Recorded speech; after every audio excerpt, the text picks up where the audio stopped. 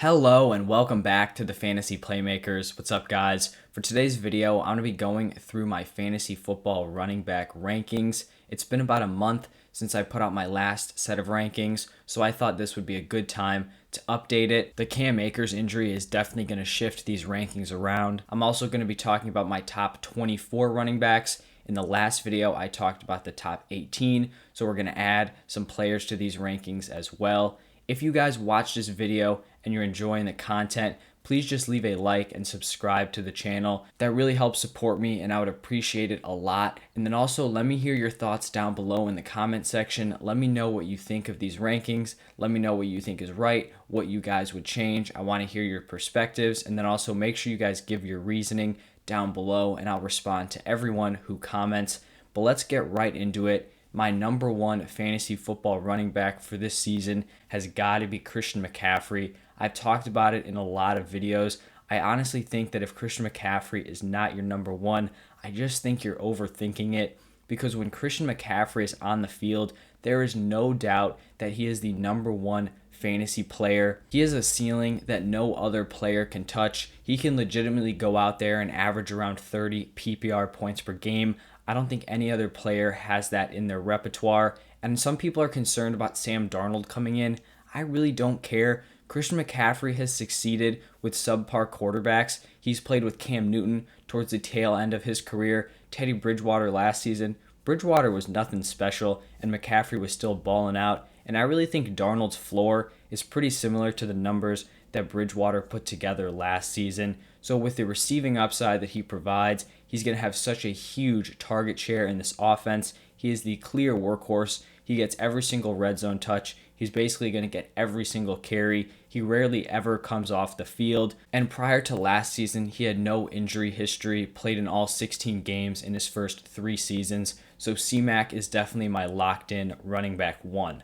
At number 2, I have Dalvin Cook. And this is also pretty locked in for me here. He's another player who's going to get basically every touch in that offense. He is a huge red zone threat. When the Vikings are inside the 20, they are feeding Dalvin Cook the ball on the ground or in the air. He has that receiving upside as well. And so another one of these workhorses that I think is going to have another huge year this year. Up next, it's Derrick Henry, and he has just been the model of consistency in fantasy football. The last 2 seasons, he's proven that he is a high-end running back one. He doesn't even need to have that receiving upside to put up those top-tier fantasy numbers. He's going to get so many carries. He has so much touchdown upside, and I think that's only increased this year. Bringing in Julio Jones, how are defenses going to stop this offense? You have to respect the passing game even more than you did last season. So that should open some things up for Derrick Henry. And I know some people are concerned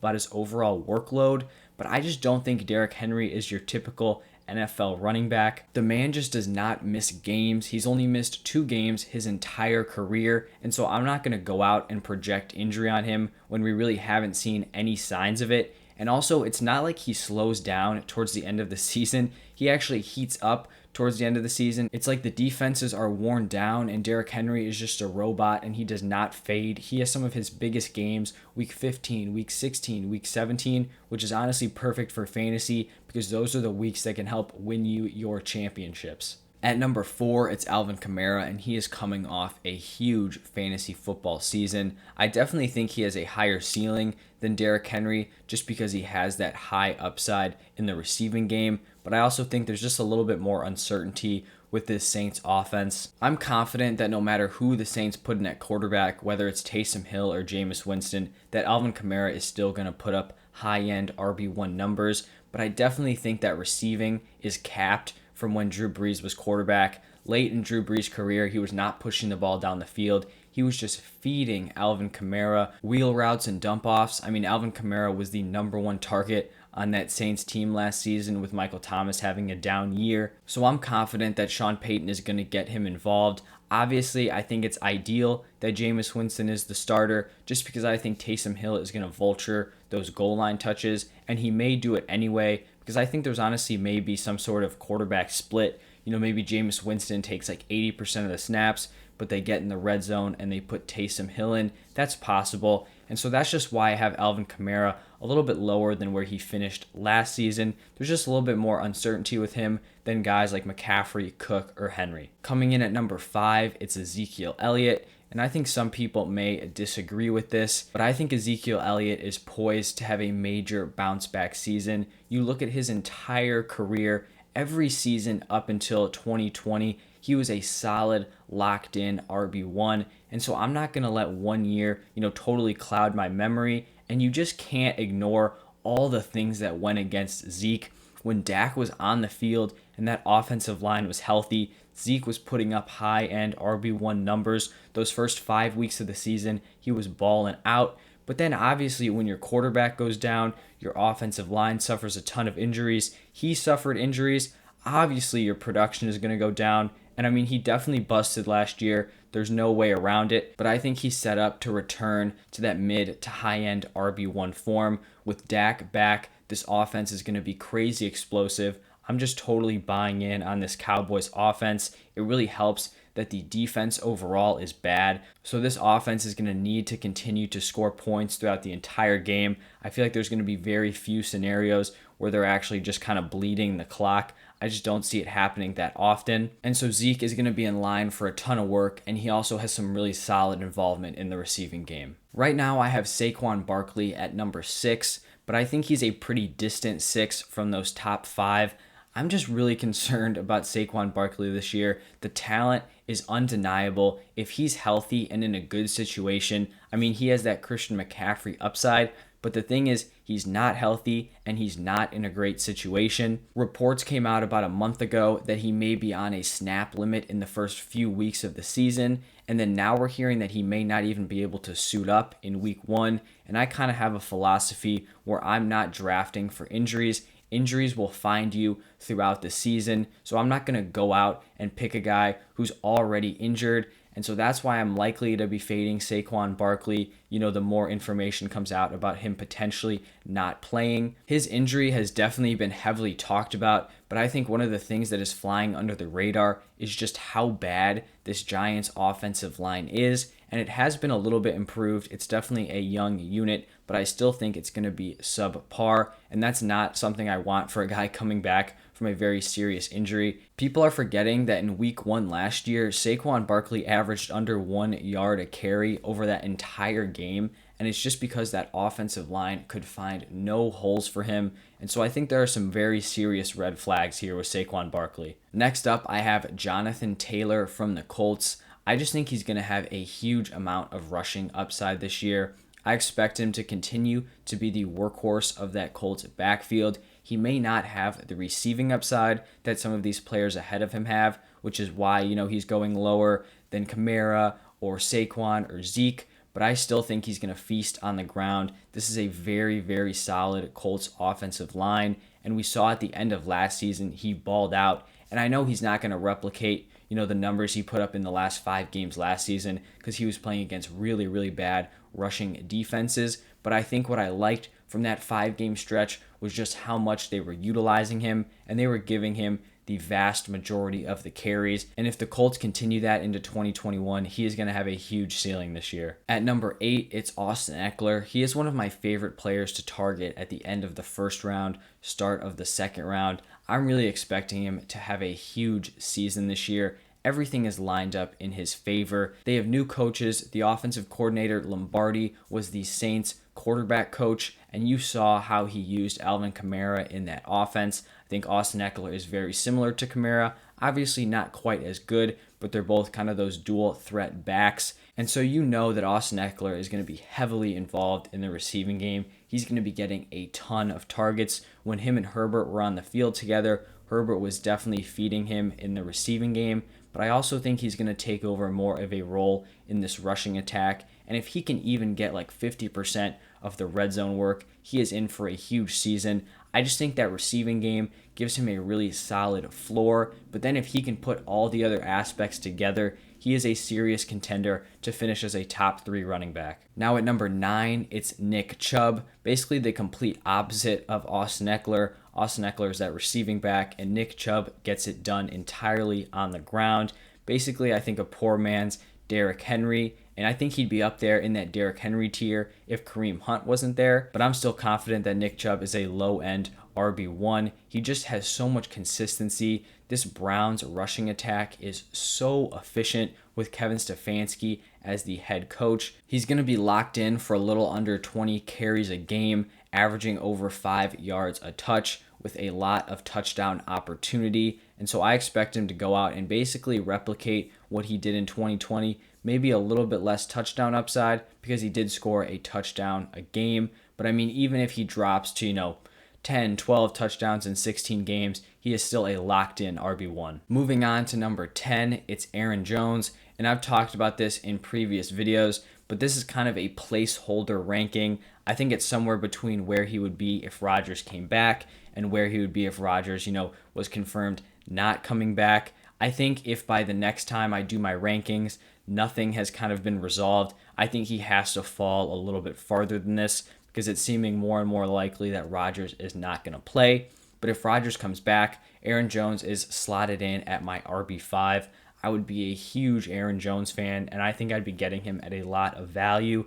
But if A-Rod does not come back, he's got to fall into more of a, mid to lower tier RB2 just because he's not going to have that same efficiency and touchdown upside that he would when Rodgers was there. And then that also brings in the A.J. Dillon concern. When he's able to average close to 5 yards a carry and get a lot of touchdowns, it doesn't really matter that A.J. Dillon is kind of vulturing some of those touches, but it would definitely matter if he doesn't have that efficiency or that upside anymore. Next up, I have Joe Mixon, and I think I'm higher on Joe Mixon than a lot of people, and I really can't argue with you if you're fading Joe Mixon because of his disappointing last 2 seasons, but I'm just going to break down why I'm going after Joe Mixon. I just recently talked about him in a player versus player comparison video. I think that was like 2 days ago, so go check that out if you haven't seen it. But for Joe Mixon, I'm just going to be attacking that potential workload. I think he's lined up to get 20 plus carries and 5 plus targets a game.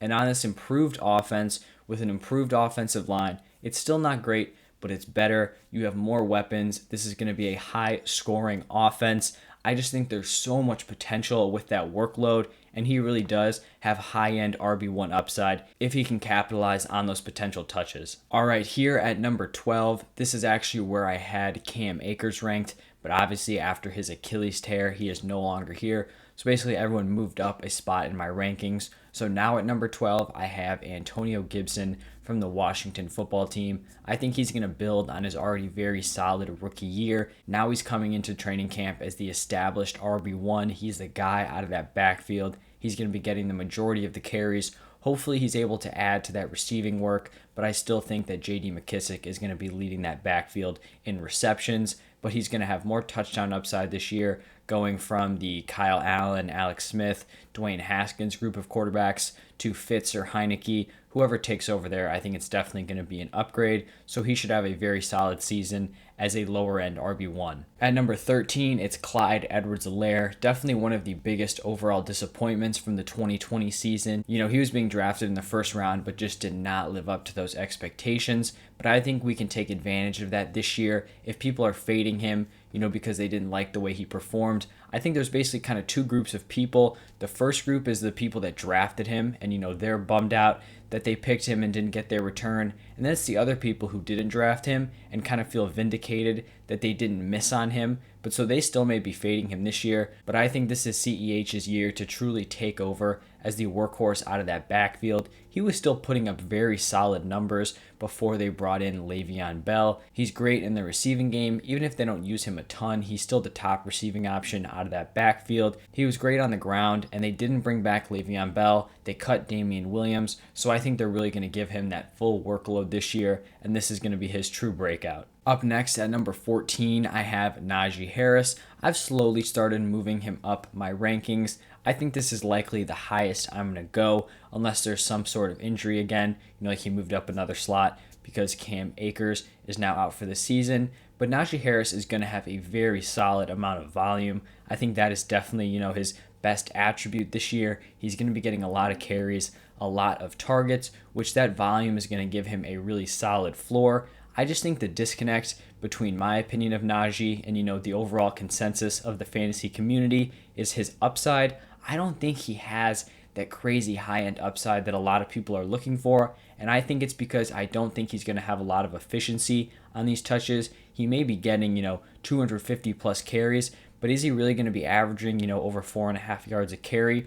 I just don't know. The Steelers' offensive line is not good for run blocking, and so I think that's definitely a concern. But with the amount of touches he's lined up to get, he still has a very solid floor, and so I'm feeling good about him as a high-end RB2 this season. Now I have DeAndre Swift coming in at number 15, and this whole Lions offense is just really weird to kind of think about. I'm projecting that Swift is going to get a lot of touches, a lot of carries, a lot of targets, just a lot of opportunities as a whole, but I also think there's just going to be very limited touchdown upside on this Lions offense. You're going from Matthew Stafford to Jared Goff at quarterback, huge downgrade in my opinion, and then you're also losing your top two receivers, Kenny Golladay and Marvin Jones are both gone, and so there's just not a lot of targets on this team. So I think Swift, Williams, and TJ Hawkinson are going to be really carrying the touches of this offense, which should give Swift a solid floor. I think Swift could be one of the top receiving backs this year. We saw him show out last year in the receiving game, and so he would be a little bit higher if he had that touchdown upside, but still coming in as a solid RB2 for me. At number 16, I have Chris Carson. I think I'm higher on him than consensus. I really just expect him to come back into the Seattle Seahawks offense and operate as the workhorse. He obviously had a rougher season last year, but he dealt with injuries, which really slowed him down. But what was really encouraging from that season is that he showed some real promise in the receiving game. It was one of his best receiving seasons, even though he missed 4 games. And so if he can translate that into this year, being a part of the Seattle Seahawks offense is going to be very profitable, especially if you're operating as the workhorse. So I'm totally confident with him as a running back 2. And he just seems to be one of those players where if he's healthy, he's always going to perform up to his ADP. Up next, I have J.K. Dobbins, and I think I'm lower on J.K. Dobbins than consensus, higher on Chris Carson, lower on Dobbins. I'm just concerned about how touchdown dependent he is, right? He doesn't get any work in the receiving game, like practically nothing. And so for him to succeed, especially in half-point PPR and PPR, he needs to do everything on the ground and getting into the end zone. And here's the issue. He's not one of these players like Chubb or Henry. Henry's getting 20 plus carries a game. Chubb's probably getting 16 plus carries a game. Dobbins, I'd be surprised if he gets 15 carries a game this year just because he's splitting with Lamar and Gus Edwards. The Ravens really like to use 2 running backs at once. And so obviously he's going to get more touches than Gus Edwards, but I don't think it's going to be by a crazy amount. And so he could go out there, have a really solid overall game, maybe run the ball 14 times, 70 yards, a reception for 10 yards. And if he doesn't get into the end zone, it's going to look like a pretty bad week for him. And so I just don't know how comfortable I am buying in on a player like that. Ravens running backs have shown in the past that they can be very touchdown efficient. We saw it with Mark Ingram. But I don't know. I just don't like the idea of drafting an RB2 who could get a little bit unlucky with touchdowns and then it turns into just an overall bad season. I'd rather bet on a player who has a little bit more volume and more diverse ways of scoring fantasy points. Coming in at number 18, it's David Montgomery. He's a player that was a fantasy league winner for a lot of people last year, absolutely tore it up to end the season and ended up finishing as a mid-tier RB1. A crazy solid sophomore season from him, and obviously it seems like he's fallen off from that, and I think there are some pretty clear reasons why. Last year, he was basically operating as the only player out of that backfield. Tariq Cohen tore his ACL very early on in the season, so Montgomery was totally able to take over that receiving role. I don't think he's going to have that again this year. Cohen's coming back and is obviously a very talented playmaker, so I think he takes back that receiving role, which is going to hurt Montgomery, especially in half-point PPR and PPR scoring. And then also, they really just didn't have any depth, even behind Cohen, right? After Montgomery, they were using Cordero Patterson as their number 2 running back, who isn't even a running back. But then this offseason, they brought in Damian Williams, so I expect him to get a few carries a game. And even though it's not a lot, it's still taking away from that overall monopoly that David Montgomery had. And then you look at this Bears team overall, it's not going to be a super explosive offense. They don't have a great O-line. So now that Montgomery doesn't have that insane volume, I think his production is definitely going to take a hit. But still, a decent RB2 option. All right, now at number 19, I have Miles Sanders. I really think Sanders has the ability to be an RB1 for fantasy, but this situation is just not great with the Eagles. I don't know what it is about Miles Sanders, but it's something where the Eagles just do not want to commit to him as the workhorse back. I think he has that potential, but then you look at the moves that the Eagles made this offseason, drafting Kenny Gainwell, bringing in Kerryon Johnson, bringing in Jordan Howard. All these guys may not even make the roster, but it's just the idea that they continue to go out and bring in competition for Miles Sanders, which concerns me, especially when it's players who kind of specialize in these niche roles. Kenny Gainwell, a great receiving back. Jordan Howard, solid big body red zone option. If he starts to lose these little aspects of the offense, it's really going to hurt his overall fantasy value. And so that's why he comes in here at number 19. Next up, I have Myles Gaskin, and I am a big Myles Gaskin fan this year. I expect him to have a really solid fantasy season. It looks like he's lined up to be the RB1 out of that offense. They didn't bring in any big name free agents. They brought in Malcolm Brown, but I still think Myles Gaskin is ahead of him, and they didn't draft any, top prospects. And so if Myles Gaskin is able to take over that workhorse role, I really think he has legit RB1 upside. And so, he may not be the safest or most established NFL running back, but he has that really high-end potential. He's a great pass catcher out of the backfield that mixes really well with Tua because he didn't really want to push the ball down the field a ton and was just kind of feeding Myles Gaskin. He's also solid on the ground. This is going to be a decent overall Dolphins offense, and Gaskin is honestly one of my favorite players to target at his current ADP. Next up at 21, it's Mike Davis, and I kind of compare Gaskin and Davis together because I think they're both players who aren't established, NFL top-tier running backs, but they are both in great situations and seem to have a lower ADP just because people aren't 100% in on them, as starters, which definitely makes sense, but I'm willing to take the risk on players, not having big names, but being in these really solid roles because I think the upside is 100% there. Mike Davis with the Falcons now, they didn't bring in any competition for him. It looks like they're ready to roll with him. I think this is a really solid strategy from NFL teams in general. You're not paying these running backs a ton of money. You're bringing in these capable guys and kind of building around them. Now with the Falcons, you have Arthur Smith at head coach. We saw him with the Titans. They liked using a workhorse with Derrick Henry. Obviously, Mike Davis is not even comparable to Derrick Henry, but I think it's still good to see that Mike Davis could be in line for a huge amount of work. And then also we saw last season Mike Davis very solid in the receiving game when he replaced Christian McCaffrey for the Panthers. So I'm also a big fan of Mike Davis this season. At number 22, I have Josh Jacobs, and I know I'm going to have the Josh Jacobs supporters coming after me here, but I just do not like Josh Jacobs for fantasy this season. Maybe if you want a player who has a more established workload, then I could see you picking him over guys like Gaskin and Davis, but I just think his upside is almost non-existent. You look at how he scored his points right in his rookie season and sophomore season. He was a solid RB2, borderline RB1, but he scores through volume and touchdowns. He's not very involved in the receiving game. I'm not saying he can't do it, but they just don't like to use him in that way. And that's a fine way to score. You get a decent floor through all those touches and you get in the end zone. But then when you go out and bring in Kenyon Drake, you pay him over $7 million a year.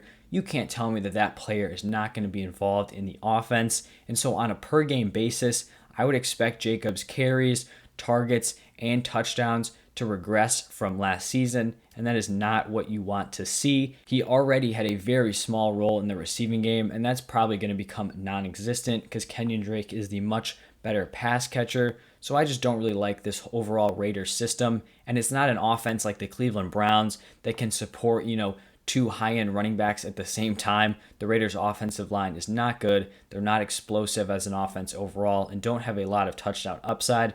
So Josh Jacobs is probably a guy I'm going to have no shares of this year just because I don't think I'm going to be drafting him at his current ADP. Moving on to number 23, a new entry in my rankings. It is Darrell Henderson.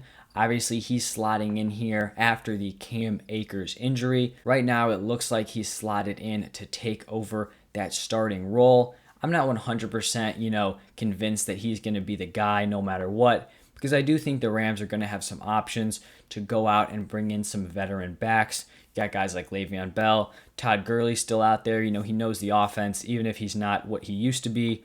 Adrian Peterson, a lot of options. And so I do expect them to bring someone in to kind of compete with touches with Darrell Henderson. Cam Akers was slotted in to be the complete workhorse, getting almost every touch on that offense. I don't think they're going to give Darrell Henderson the same workload. But I mean, if he is the starter, he doesn't even have to have a complete monopoly on the touches. This Rams offense is going to be very good. I think it's going to be an explosive offense with Matthew Stafford. They're going to be scoring a lot of touchdowns. And so Henderson does have some value, but I think we just kind of have to wait and see what moves the Rams make. If they don't go out and get anyone, Darrell Henderson could definitely move up from this number 23 ranking, but I think he also has some room to move down if they bring in a lot of competition for him. The last player in my top 24 running backs is Kareem Hunt from the Cleveland Browns, and I have Hunt here for a lot of the reasons that I mentioned for Nick Chubb. He's a part of that great Cleveland Browns rushing attack. They're very efficient, and Hunt has basically carved out his own role in the offense.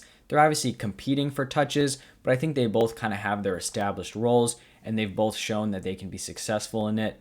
Kareem Hunt is a guy that you feel very confident as your RB3, a solid flex play on a week-to-week basis. He's more of the pass catcher out of that backfield, but will still get carries, will still get red zone opportunities. And so a very safe guy who has a lot of high upside if Nick Chubb does go down. We saw he had some decent games last season when Nick Chubb went down, a high-end RB2 or lower-end RB1. And so he is going to conclude this top 24 running backs. All right, so that is going to wrap it up for my top 24 running back rankings. If you guys enjoyed this video, please just hit that like button and subscribe to the channel. Then also let me know your thoughts down below. What players do you think I'm too high on, too low on? Let me know your reasoning. I'd love to hear your guys' perspectives, and I'll make sure to respond to every person who comments down below. I will continue to update these rankings, probably within the next month. But make sure in the next couple days you guys stay tuned for the wide receiver, quarterback, and tight end rankings. I'm going to be putting all of those out,